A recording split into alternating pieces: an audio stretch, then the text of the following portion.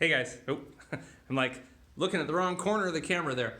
So we are here in my garage. I came out here to show you, we're gonna do some worm's eye view kind of training today. Let's see where we wanna be, maybe here. All right, so I've been telling you a little bit about ankle stuff and just how the more I pay attention to squats, square stances, who looks athletic and who doesn't. I think that ankle restrictions are probably a bigger deal than anybody realizes in the martial arts, and that's just not something we talk about in the school. A lot of people working on their splits, a lot of people working on their high side kicks and front kicks and stuff, but as far as athleticism goes, if you have really tight ankles, there's some stuff that you're just not doing as well as you could be or should be. Now, I want to make the distinction between tight calves and ankle restriction, because if you were just somebody who didn't move all that much and you got in a square stance, like if you got like this and you tried to get that foot straight and like, oh, my calf is too tight for that, the fix for that potentially is just do square stance, right? You just do it a lot and your muscle will say, yeah, okay, I'll do that, right? But if you feel more when you try square stance or squat and you feel the restriction, it might be that it's more in the front of your ankle, and that's what happens to me, so I'm really aware of it in watching you guys. Then, see, that's trickier because you can't just stretch that. It's like a mechanical restriction there, and it's not like the end of the world, and there's plenty you can do about it, but it won't get better just by doing the thing. Right? So I can't get my square stance right because I have an ankle impingement. Well, you can't just do more square stances to fix that. I mean, that is a thing that isn't in the right place. And so you've got to put it in, help it get into the right place before you can fix it. So bands, you might notice my big green band here today.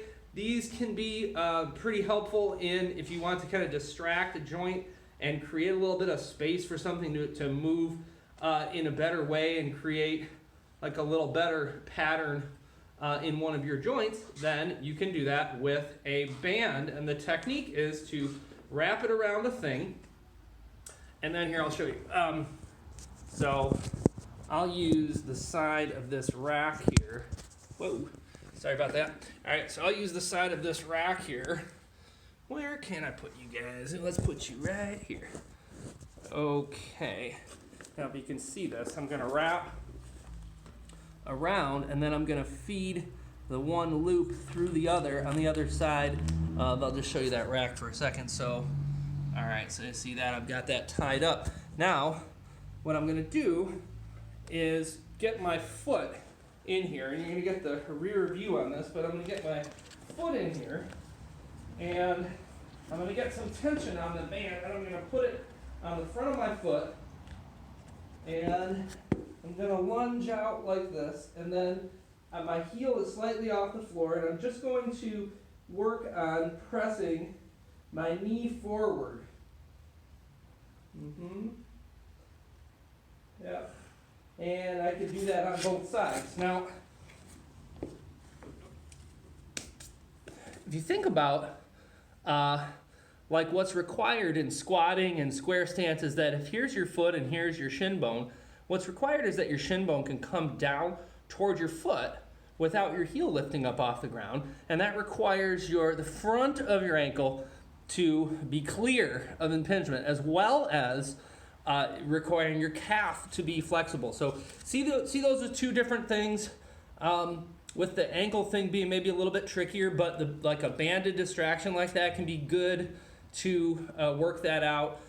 If you're not sure if you need work on this, one thing, there's a good test that I learned here. If you see this bar, I would put a thumb and a fist up against that thing, and then however far that reaches, so like right here, I'm going to put my toe up to that spot, and then I'm going to see if I push my knee forward, can I get my knee to go out and touch, like let's say if this were a wall and it actually came up, I'd be trying to drive my knee toward that wall, and see how my heel wants to come up. And so this is actually a great thing for me to work on.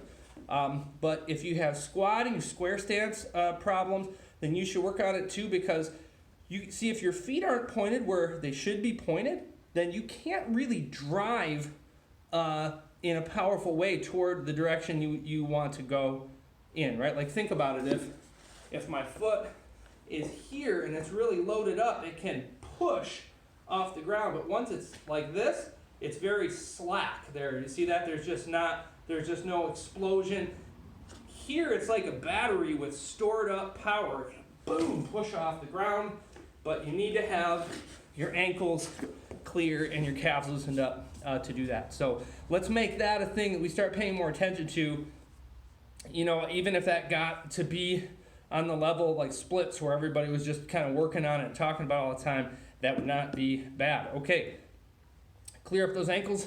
Oh, also, like, YouTube this kind of thing at your own peril, I guess, because there probably is some dopey stuff on there, but there are great trainers, great PT people, really, really smart therapists, but just kind of knowing to look for that, like, okay, I don't just have a tight calf, I have a little ankle impingement.